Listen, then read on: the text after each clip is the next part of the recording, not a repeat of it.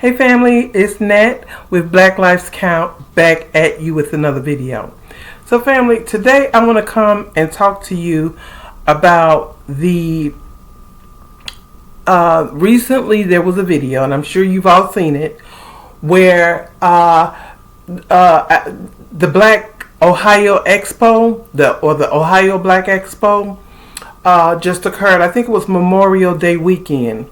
And so there was one of the young men from the one of the chapters, I don't know which one, it could have been Ohio, but I'm not sure, that was on stage with Brother Phil from African Diaspora and Sister Vicky and them and Sister Demetra. And so he was speaking to the panel and the crowd, and so he began to talk about coalition. And so right there, people just stopped listening and wanted to know what coalition and whom was he talking about having a coalition with. Well, the young man said the Black and Brown Coalition, which we know there is none at all and never was.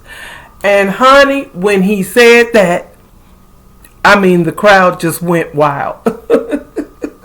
They didn't want to hear anything else the brother had to say. Now, I don't have anything against the brother because I think he's being misguided. Okay? He spoke further later with Phil and, said he had a plan and this and that. But as Phil told him, if there are donors that are fronting you money and support of whatever program you're doing, the donors are going to want to have a say in what you do. And unfortunately, we found out the hard way by accepting money or our organizations like Black Lives Matter. We see what happened, how they ran off with that. First of all, there was nothing wrong with the term Black Lives Matter. I think the Caucasian folks and others, Asians and others, Hispanics, had an issue with Black Lives Matter, just as they have an issue with delineation and calling ourselves foundational Black Americans. You see, family, everything was cool when we were advocating and fighting and protesting for everybody but ourselves and not get nothing, jack nothing. Everything was cool with that. But as soon as foundational Black Americans started saying, we've not been treated right, it's like you in several abusive relationships. It's not just one family. We can say we've been in an abusive relationship with America. And we've had an abusive relationship with every single immigrant community that has come into this country. Everyone. Because they are very hostile. They come in hostile to us. They come in, and I can't understand for the life of me why I see our sisters continuing to go into these Asian nail salons, okay, and these African braiding salons. But people done told y'all hard-headed. And so at this point, anything that happens to anybody in an African braiding salon or a damn Asian shop nail salon, we shouldn't say a damn word. That's it. We cannot continue to advocate for people that are stupid, okay? Just like people, and I'm not calling anybody that wants to continue to vote for the Democrats stupid. But what I am saying is this. If you continue to give your vote and don't receive anything, I don't know what to tell you. But anyway, let me get back to the matter at hand. So, when the crowd went wild, the young brother didn't understand why people were meeting him with hostility. Because we already know we're being met every day on a daily basis with hostility from these other groups. In fact, there was a president. Let me put on my specs, y'all, so I can see. So, Felix Tejerina was the national president of LULAC. And LULAC is, I'm sure you already know this, is a Hispanic people's organization. His words were, "Let the Negro fight his own battles. His problems are not mine. I don't want him. I don't want to ally with him." So and that was, I believe, in the 40s or the 50s. So even way back then, Hispanics were not looking at us to coalition with us. They were looking at us as rivals, as well as the Africans, as well as the Caribbeans. And I'm going to tell you why I say that.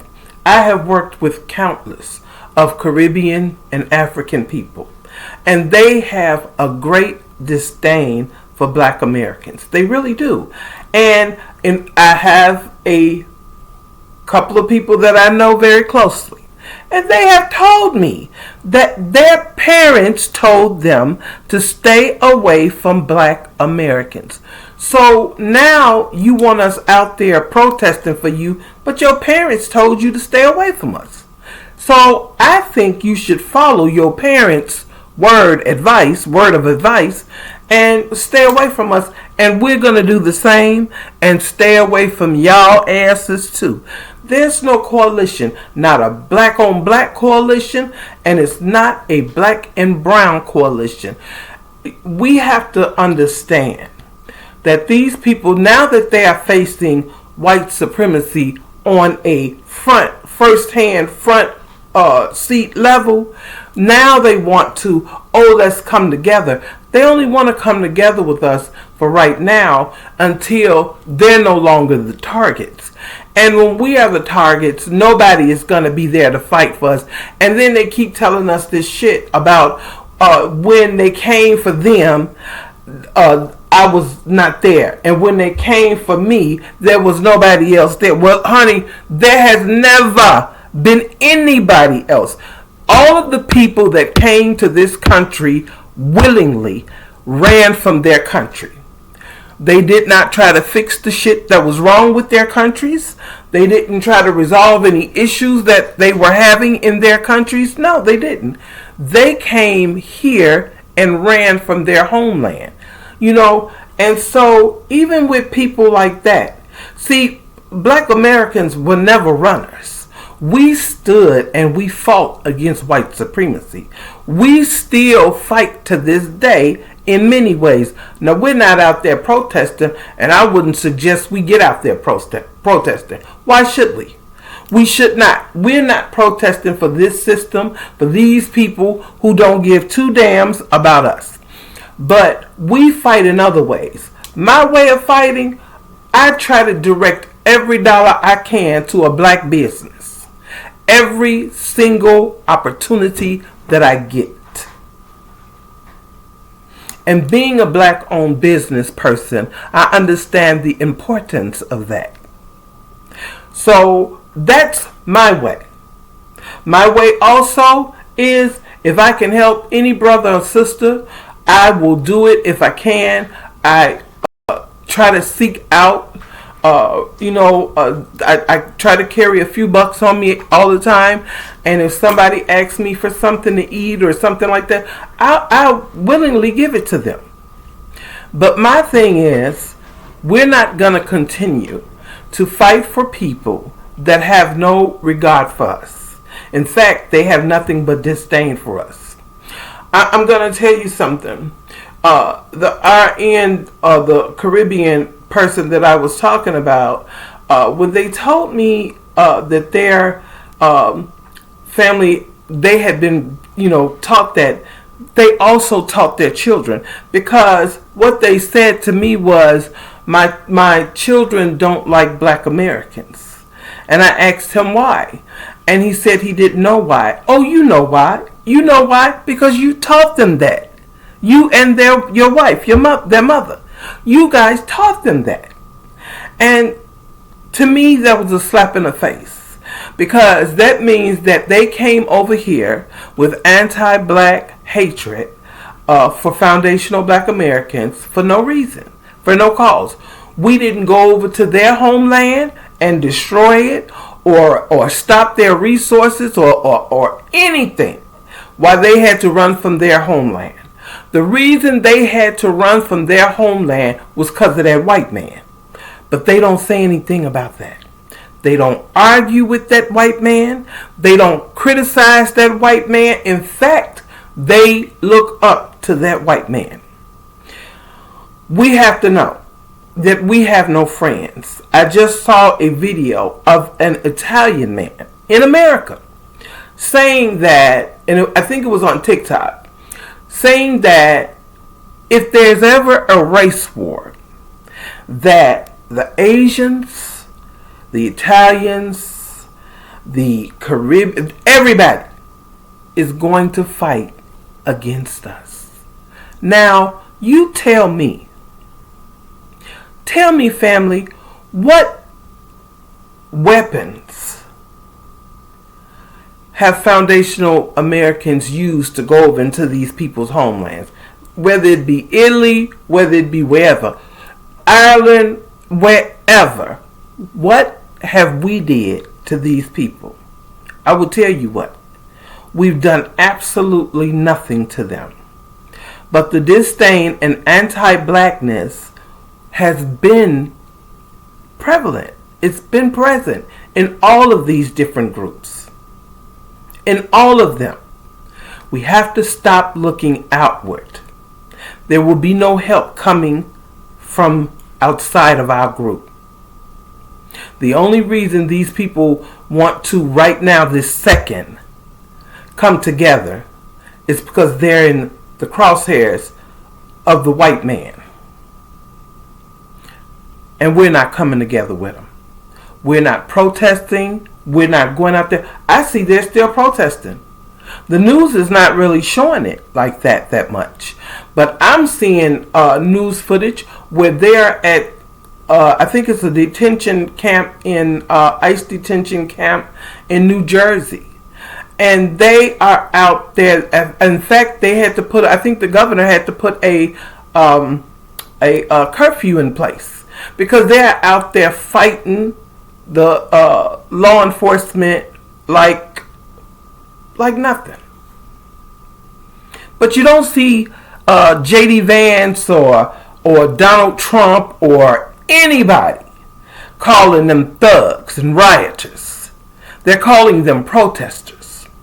But during 2020, when George Floyd was unalived by a pig cop, and people were protesting, and they were not protesting and tearing up stuff, that was them sending Antifa and other groups in there to cause, all of those issues. There were black people trying to stop them, like, hey, what are you doing over here? Seeing these people trying to break stuff. There were blocks, there were piles of rocks and stuff that was sitting out there. Why aren't there any piles of rocks and bottles and stuff out where these people are protesting when they do those No Kings March? It's because they don't want the world to think that image of white people when we know different. That's why they're not showing all these clashes with law enforcement at these ICE facilities, because these people are acting like savages instead of letting these officers do their jobs. Let them do their jobs. Let me tell you something. The Bible says, I'm going to read it to you. Let me read y'all one scripture. See, because a lot of people don't believe fat meat is greasy. But it is. Okay, just 1 second. I be posting so much scriptures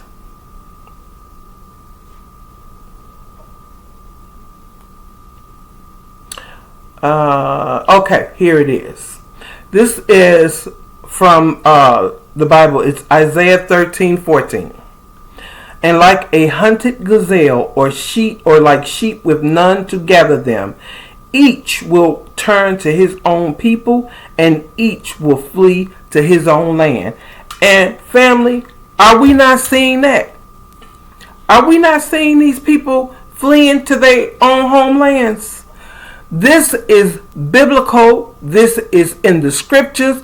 And we are doing the right thing to stand aside and let what is happening happen. Period and point blank. Don't let nobody gaslight you. Don't let nobody talk down to you about not interfering. We're not supposed to be interfering. Yes, we are resting and we are doing a multitude of things.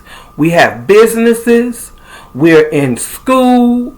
We're just enjoying our lives. We're taking vacations because black people are still taking vacations despite this right now economy. Yeah, we're living. We're dancing. We're singing. We're doing all kind of things. We're having cookouts, and a lot of y'all ain't invited from you other groups. But we're doing a lot of things. Keep doing you, black family. Don't let these people get us down. Family, I thank you so much for watching the video. Let me know what you think in the comments. We got to take care of each other because that's just it. It's only us and ain't nobody else coming to save us. Peace, love, and blessings, family. I thank you so much for joining me. And Black Power, don't ever forget. Take care, family. Bye-bye.